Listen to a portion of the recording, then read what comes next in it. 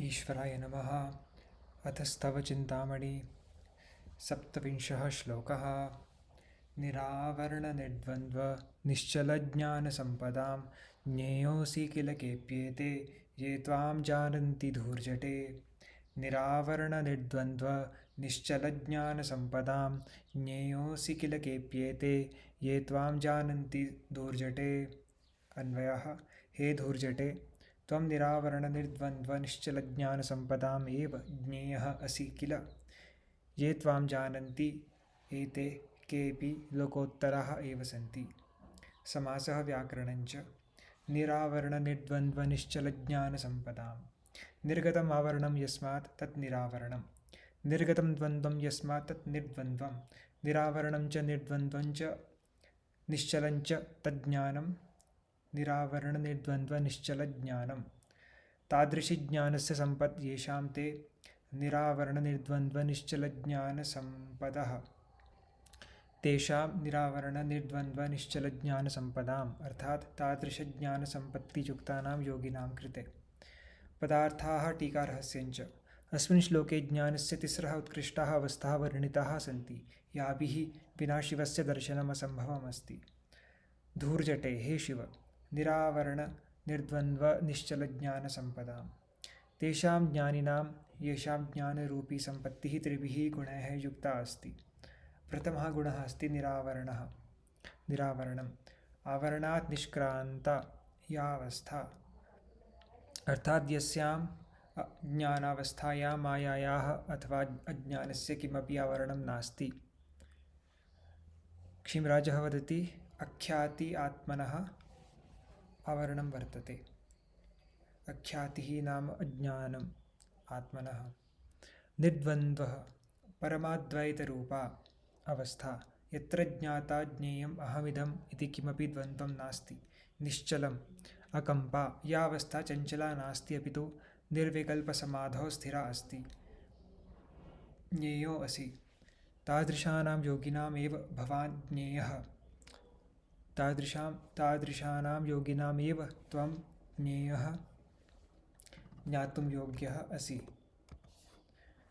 अत्र क्षीमराजः ज्ञेयः इत्यस्य अर्थं वदति स्वप्रकाशतया स्फुरसि। भवान् तेषाम् अन्तःकरणे स्वयमेव प्रकाशरूपेण स्फुरति किल। किल इति अव्ययम् अत्र आगमप्रमाणं दर्शयति। क्षीमराजः वदति एवं किल आम्नायेषु उच्यते। सर्वेषु आगमेषु तन्त्रशास्त्रेषु अयमेव सिद्धान्तः प्रतिपादितः अस्ति। ये त्वां जानन्ति, ये जनाः भवन्तं यथारूपेण जानन्ति। टीकानुसारं स्वाभेदेन स्फुरन्तं प्रत्यभिजानन्ति। ये जनाः शिवः मत्तः भिन्नः नास्ति इति अभेदेन भवन्तं प्रतिजानन्ति। एते केऽपि ते योगिनः केऽपि केचन अनिर्वचनीयाः एव सन्ति। क्षेमराजः वदति लोकोत्तराः एव एते महात्मानः। ते साधारणाः जनाः न सन्ति, अपि तु अस्याः सृष्टेः अतीव विरलाः लोकोत्तराः महात्मानः सन्ति। प्रत्यभिज्ञारहस्यम्। प्रत्यभिज्ञादर्शने ज्ञानं केवलं पुस्तकानां पठनं नास्ति अथवा शास्त्राणां पठनं नास्ति। यावत्पर्यन्तं मनसि विकल्पाः सङ्कल्पाः चलन्ति तावत् द्वैतभावः अस्ति, तावत्पर्यन्तं तत् ज्ञानं सावरणम् अस्ति।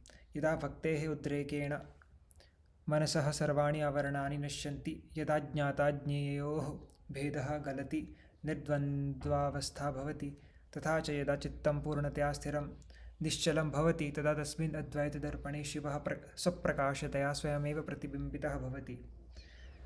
यः साधकः तं शिवं स्वाभेदेन अहमेव शिवः इति जानाति, सः स्वयमेव शिवरूपः लोकोत्तरः भवति। मुख्यं तात्पर्यं।